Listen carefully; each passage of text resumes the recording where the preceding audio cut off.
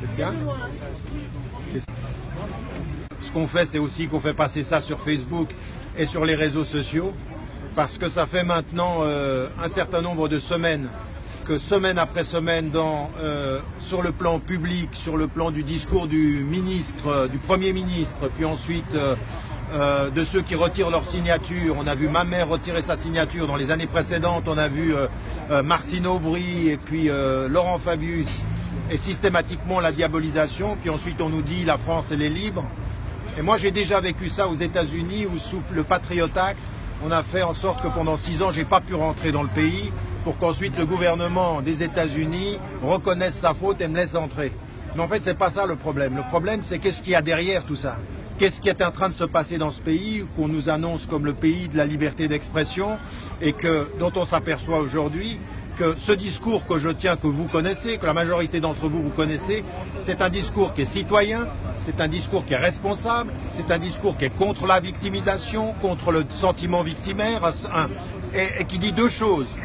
On n'a pas à s'excuser d'être qui nous sommes, Français, Européens de confession musulmane, et on est complètement dans le respect de la laïcité qu'on aimerait voir appliquée comme elle doit l'être dans le pays et non pas à géométrie variable. Ce discours-là qui est un discours responsable, qui est un discours raisonnable, qui dit en même temps ceux qui utilisent la religion Daesh ou Boko Haram ou qui disent agir au nom de l'islam, eh ben nous, texte à l'appui, on dit que ça c'est une trahison, qu'on ne peut pas être d'accord, mais qu'en même temps on ne va pas passer sa vie à s'excuser de ce que des criminels font au nom de la religion, comme on ne demande pas à tous les citoyens américains ou à tous les citoyens européens de s'excuser d'exactions que leurs gouvernements font, que ce soit en Irak pendant des années où les morts se comptent par millions.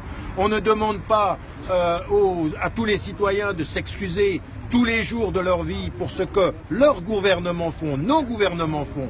Et donc il y a à un moment donné une responsabilité qui doit être claire, celle de dire ça n'est pas admissible au nom de l'islam de tuer des innocents, de s'en prendre à des civils, mais une fois qu'on a dit ceci, on doit aussi être entendu pour d'autres choses, qui consistent à dire au gouvernement français que l'état d'urgence qui est en train de s'installer dans ce pays et qui mettrait en avant le fait que le pouvoir exécutif l'emporte sur le judiciaire, qu'on peut arrêter des gens, qu'on peut faire des perquisitions, qu'on peut les mettre en prison, mais qu'à partir d'un certain moment, ça n'est pas acceptable, que l'état d'urgence permet des abus qui sont légitimés sans être juridiquement justes et acceptables. Ça, on l'a déjà connu ailleurs, on l'a déjà connu aux États-Unis, on l'a même connu dans le pays où je vis, où on se permet d'arrêter des gens parce qu'ils étaient sur un site internet sans aucune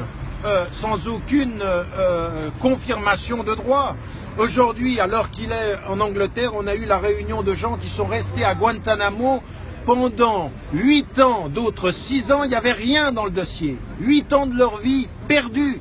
Comme en France, certains sont restés à des moments donnés dans les années 90, 4 ans en prison, rien dans le dossier. À partir d'un certain moment, l'état d'urgence va pouvoir aujourd'hui permettre des attitudes, permettre des comportements qui sont absolument inacceptables. C'est ce discours-là qu'on n'aime pas en France. C'est pas que je soutiens le terrorisme, c'est pas que je soutiens n'importe quelle exaction, c'est pas que je suis contre la citoyenneté, c'est le contraire. C'est au nom de la citoyenneté que je dis aux Français: mais maintenant, il va falloir écouter le peuple. Maintenant, il va falloir écouter les gens qui ont des choses à dire. Et quand je viens dans une intervention qui est faite par des étudiants des hautes écoles, j'aimerais que les étudiants des hautes écoles utilisent leur savoir avec courage. Ça ne sert à rien d'avoir des diplômes si on est un trouillard, si on n'a pas de courage de dire la vérité à ce gouvernement et à cette société. La meilleure des choses que vous pouvez faire pour la France, c'est d'être des étudiants avec un savoir et le courage de parler. Le courage de parler avec la raison, le courage de parler de façon raisonnable, mais jamais de se taire, jamais d'être l'accepté de service, le béni oui-oui de service, la victime de service, celle qui chaque fois qu'elle s'exprime dit « je m'excuse d'être musulman, pardonnez-moi de l'être, pardonnez-moi ». Non, on n'a plus ça, c'est pas un discours qu'on accepte. Donc à partir d'un certain moment, le danger, c'est pas le discours uniquement extrémiste qui dit n'importe quoi, c'est le discours raisonnable, raisonné, qui appelle les gens et vous les citoyens, de confession musulmane, comme tous ceux qui sont avec ou sans confession, eh bien, qu'on tienne un discours extrêmement clair. Et ce discours extrêmement clair, il commence là. Je veux dire que je devais intervenir à Béziers le 20 février, le 20 janvier, là, pour la sortie du livre, annulé, sous prétexte que ceux qui sont la puissance invitante ne sont pas des gens respectables. Ici, la police appelle pour demander si je suis bien en sécurité. Ben voilà, je suis bien en sécurité, vous m'entourez, il n'y a pas de police et il n'y a pas de problème. Simplement, tout ça, c'est de la mise en scène. En disant, j'ai été interdit 9 mois dans ce pays, dans les années 90, sous prétexte d'une erreur de nom, puis ensuite de troubles à l'ordre public. Et que pendant 25 ans que j'interviens, il n'y a jamais eu de troubles à l'ordre public. Jamais rien eu dans ce pays. Tout ça, c'est de la mise en scène. Le double discours, c'est que quand ils n'ont rien à répondre, ils laissent entendre que je ne dis pas ce que je pense. Or, ceux qui ne disent pas ce qu'ils pensent aujourd'hui, ce sont les politiques, au premier rang desquels il y a le Premier ministre qui est aussi à gauche que moi, je suis suédois, et qui, de l'autre côté, vous avez le Front National qui est en train de l'emporter dans le discours aujourd'hui en France. C'est eux qui sont en train de gagner, et chez les républicains et chez les socialistes. La gauche n'est pas à gauche et la droite est très à droite. En fait, ils sont tous un peu à droite de ce que devrait être une vraie gauche ou de ce que devrait être un discours qui s'occupe des citoyens, qui s'occupe de l'égalité sociale. Alors, je le dis et je le répète, quand je viens intervenir, et on n'a même pas pu la faire dans une université, cette intervention, eh bien, quand on vient intervenir à des étudiants qui sont des hautes écoles, eh bien, quel est le discours? Et je le résume de cette façon-là.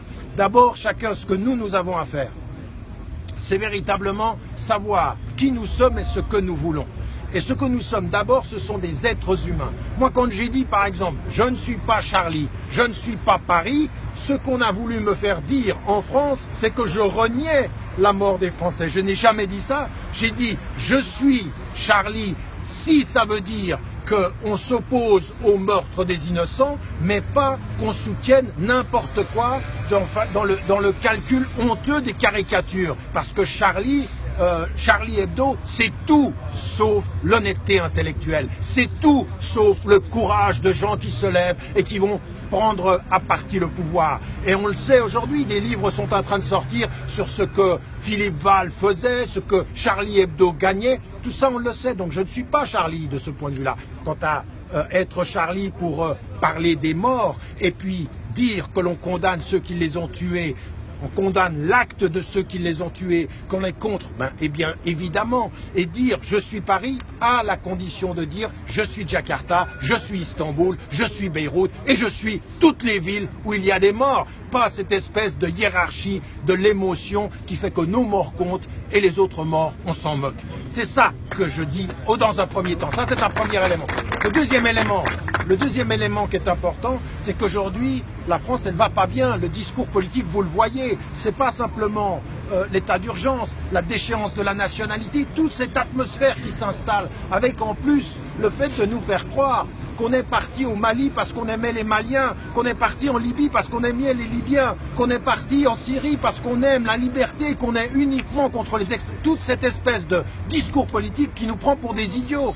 Le danger aujourd'hui, c'est des citoyens qui ne se laissent pas prendre pour des idiots. Et en plus, quand ils sont de confession musulmane et qu'ils disent c'est au nom de la France, c'est au nom des valeurs françaises qu'on n'accepte pas vos mensonges, qu'on n'accepte pas vos manipulations. Là, c'est un discours qui est dangereux. Ça, c'est un discours qui n'est pas acceptable. Et donc, il faut le tenir. Moi, si j'ai quelque chose à dire aux étudiants, utilisez tout ce que vous pouvez de votre temps pour lire, apprendre, forger une intelligence, mais avec une condition. Ce n'est pas une intelligence qui cherche uniquement le salaire et la profession et puis les titres. C'est une intelligence qui cherche le savoir parce que le savoir, c'est du pouvoir et que ce pouvoir, il doit être mis au service de la justice, de la dignité et de l'égalité des hommes et des femmes dans tous les domaines, quelle que soit leur couleur, quelle que soit leur religion, au nom de la citoyenneté. En fait, être des citoyens qui rappellent à tous ces politiques que les premiers traîtres à la France, que les premiers traîtres à la République, que les premiers traîtres à l'égalité, c'est eux et c'est pas nous. C'est eux qui font la hiérarchie des citoyennetés. C'est eux qui traitent différemment les citoyens. C'est eux qui n'ont pas encore avalé que hier il y avait des colonisés et qu'aujourd'hui ils sont des citoyens à part égale avec les mêmes droits. Ça, c'est notre travail. S'il y a des étudiants qui, au lieu de simplement être fiers d'être sortis des banlieues pour être dans les grandes écoles et qui finalement ils ne veulent que les privilèges des grandes écoles, eh ben vous n'êtes pas intégrés, vous êtes désintégrés. Vous êtes désintégrés et dissous dans une espèce de magma qui n'est plus du tout la dignité de la conscience citoyenne ou de la dimension humaine. Utilisez ce savoir-là pour pouvoir être une voix qui se fait entendre. Et puis le dernier élément, c'est qu'il n'y a pas, et il ne faut surtout pas qu'une rencontre comme celle-ci, ce soit nous contre eux. Ce que je dis depuis 25 ans, ce que j'ai appelé dans le manifeste pour un nouveau nous, c'est de dire aujourd'hui il faut qu'on trouve des Français qui sont de toutes les confessions, sans confession, athées, agnostiques, juifs, chrétiens, musulmans ou quelle que soit leur appartenance, mais qui viennent ensemble et qui disent aujourd'hui c'est beaucoup trop grave pour se laisser emporter dans ce conflit. En fait, le discours du gouvernement aujourd'hui est exactement ce que veut Daesh, est exactement ce qu'ils veulent. Un discours de division, un discours de stigmatisation, un discours qui dit c'est pas possible. Pour pouvoir être plus français, il faut que vous soyez moins musulmans. C'est exactement ce qu'ils veulent. Ils veulent exactement ça et ils font exactement ceci. Eh bien, les vrais résistants aux deux, ça doit être nous. Les vrais résistants aux deux, ça doit être nous en tant que citoyens en disant ça on ne l'acceptera pas. On ne se laissera pas faire et on ne se laissera pas faire avec beaucoup de sagesse, avec beaucoup de détermination, mais s'il vous plaît, avec beaucoup de courage. J'ai voulu venir là parce que quand j'entends que la police appelle pour dire qui assure la sécurité de Tarek Ramadan, eh ben c'est pas vous. C'est pas la police, c'est pas les militaires. Jusqu'à preuve du contraire, aujourd'hui, ils ont plutôt fait en sorte de nous exposer que de nous protéger. Et puis ensuite, le double discours. Alors, j'aimerais juste vous dire une chose. C'est pas une question de personne. C'est une question de message, c'est une question de discours. Et aujourd'hui, ce qu'il faut, c'est pas le réduire à une personne, c'est ce qu'ils veulent. Ils symbolisent une personne, ils symbolisent autour d'une personne, et puis ils la stigmatisent. Il n'y a pas un jour aujourd'hui, lors des dernières élections présidentielles, Sarkozy dit à Hollande, vous êtes soutenu par Tarek Ramadan, donc le diable vous soutient. Barthelone dit, Tarek Ramadan, c'est mon anti-boussole. Et là, juste maintenant, c'est Valls, de la gauche d'hier, qui dit à ma mère, eh bien, vos amis, c'est Tarek Ramadan. Donc, si vous avez quelque amitié avec le diable, vous êtes le diable dans ce jeu-là. Et donc, il le personnalise. Nous, ce qu'on doit comprendre, c'est ce qu'il y a derrière tout ça. Ce qu'il y a derrière tout ça, c'est la non-volonté en France d'un discours citoyen qui revendique le fait d'être complètement citoyen, d'être complètement musulman, d'être complètement partie prenante du débat politique et non pas isolée sur le plan géographique, isolée sur le plan idéologique, isolée sur le plan religieux ou culturel. C'est fini ça. Il parle d'une France qui est passée, qui est dépassée. À nous aujourd'hui, par notre investissement, par notre présence, d'en faire autre chose. Ça, c'est votre combat. C'est le combat des étudiants, c'est le combat des jeunes, c'est le combat de la jeunesse. Mais il faut prendre la parole maintenant. Moi, j'en ai marre. Je vais vous dire une chose. J'en ai marre des gens qui me frappent sur l'épaule. S'ils disent continue, on est avec toi. Maintenant, c'est terminé ça. C'est allons-y ensemble. C'est-à-dire que maintenant, il faut prendre la parole. Il faut que dans les médias, il y ait une nouvelle tête. Et il faut qu'il y ait des femmes et des hommes qui prennent la parole, mais qui font un peu de courage. Votre courage, c'est pas d'être derrière un courageux. Votre courage, c'est d'être des courageux. C'est d'aujourd'hui de faire entendre cette voix et puis de la faire entendre avec force. Voilà, c'est ce que je voulais venir vous dire ici, dire à ceux qui nous suivent sur Facebook, parce que maintenant, le réseau fait en sorte que ça dépasse tout ce qu'il peut en faire, nous empêche d'être entendus. Et bien là, très rapidement, il y a 40 000, 50 000 personnes qui entendent ce qu'on est en train de dire. Notre force à nous aujourd'hui, c'est la cohérence. Notre force, c'est la ligne qui reste déterminée à dire une parole de vérité, à dire une parole de justice, et en disant aux politiques, faites ce que vous voulez. Je vais vous dire une chose, au bout du compte, le temps compte pour nous, pas pour vous. Vous allez passer. Il y aura une élection que vous allez gagner, puis il y en aura une où vous allez perdre, puis ensuite on vous oubliera. Vous n'êtes pas en train de faire l'histoire, vous êtes en train de faire votre petit jeu électoral. Et nous, ce que l'on veut, c'est faire un tout petit peu notre chemin dans l'histoire. Voilà, merci d'être venu. Désolé de vous faire rester dans le froid. Et puis, non mais, faut pas applaudir. Faut que... Hein, on reste, on fait quoi? Là maintenant c'est terminé. Moi je vais m'en aller. C'est au nom de la Maison du Maroc, on est très content de vous accueillir. Ça a été déjà planifié par, ça a déjà été planifié avant et ça n'a pas réussi. Donc on sera très content de replanifier ça une autre fois. Et puis, alors moi je veux dire une chose. Moi je vais vous dire une chose. La Maison du Maroc, comme les universités, il y a énormément qui essayent de faire des invitations. Voilà ce qui se passe. Ils sont extrêmement malins. Moi j'étais dans le train, j'arrivais là. Et ils nous annoncent, ah ben, ils avaient tellement bon cœur qu'ils ont eu peur pour ma sécurité, ils annulent. Béziers où on devait faire, où le maire a été malin, il a laissé organiser les choses, il a vu comment ça tournait et tout à coup, ah ben non, ceux qui organisent ne sont pas des gens de confiance, il annule. Je suis habitué à ça dans ce pays, le pays de la liberté d'expression. Donc vous, dans vos différentes institutions, il faut que vous fassiez attention à ce que vous puissiez vous assurer que ça va bien avoir lieu. Et maintenant, on va faire de plus en plus de choses, que ce soit sur Internet. Même j'avais une conférence demain après-midi, elle sera de nouveau sur Internet. On essaye de faire au mieux pour être entendu, mais à vous aussi de faire passer le mot, mais à vous battre à votre niveau. Ça se passera au niveau local. Je veux bien, on peut se battre, mais à un moment donné, il faut aussi intégrer ces institutions pour pouvoir se battre. Parce qu'on peut pas faire par les associations, les choses comme ça. Mais intégrer une institution, c'est se battre aussi. Okay, ça dépend comment on l'intègre. Si on l'intègre pour disparaître et qu'on nous dise vous êtes gentil, vous êtes intégré, et puis qu'on ne fait pas entendre une voix, ça c'est pas se faire, c'est démissionner pour entrer. Il faut entrer avec une parole. Mais si la politique nous gère, nous aussi on doit intégrer cette politique pour pouvoir. Mais alors dites-moi, qu'est-ce que vous entendez par intégrer la politique? Mais nous aussi on doit être dans ces institutions-là. Mais j'ai aucun problème avec d'être dans ces institutions, c'est comment vous y êtes. Voilà. Comment vous entrez dans l'institution? Est-ce que vous entrez dans l'institution pour avoir une valeur ajoutée et dire une parole de vérité, ou simplement pour être accepté, puis qu'on dise ah ben quand même il y a une petite jeune d'origine arabe, elle est là. C'est que même si on veut s'intégrer, le souci c'est comme on dit, la plupart disent non mais c'est pas bien de voter, on sait plus pour qui voter. Les gens ne veulent plus voter et donc nous, notre communauté, ne veut plus aussi s'intégrer dans ces institutions. Non, non. Et donc une ou deux personnes dans ces institutions-là, elles feront rien. Non mais attendez, moi ça fait 25 ans que je dis il faut être présent. Ouais, mais parfois, le plan politique est tellement médiocre que pas voter, c'est voter. C'est aussi parfois ça, dire attendez, vous êtes tellement mauvais, là je sais plus. Voilà, moi, des moments de. Comment, mais des fois, ça devrait être inscrit, ça, par exemple, dans la loi des moments donnés, de pouvoir dire attendez, je veux dire, le paysage politique français tel aujourd'hui, c'est quand même difficile de faire un choix. Mais cela étant, ce que vous dites est vrai.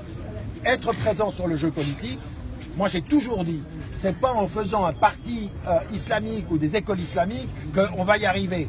Ce qu'on doit faire, c'est être présent politiquement dans le jeu politique tel qu'il est, à l'école telle qu'elle est, sur le plan social tel qu'elle est, et se faire entendre. Mais attention, qu'on se mette bien d'accord, c'est comment on y entre. J'ai trop vu de femmes, trop vu d'hommes qui entrent là-dedans avec le seul souci, c'est d'être accepté, d'être toléré dans ces institutions, et puis qu'on puisse lui dire que quand même, tu es un arabe d'origine gentille, ou d'origine arabe gentille.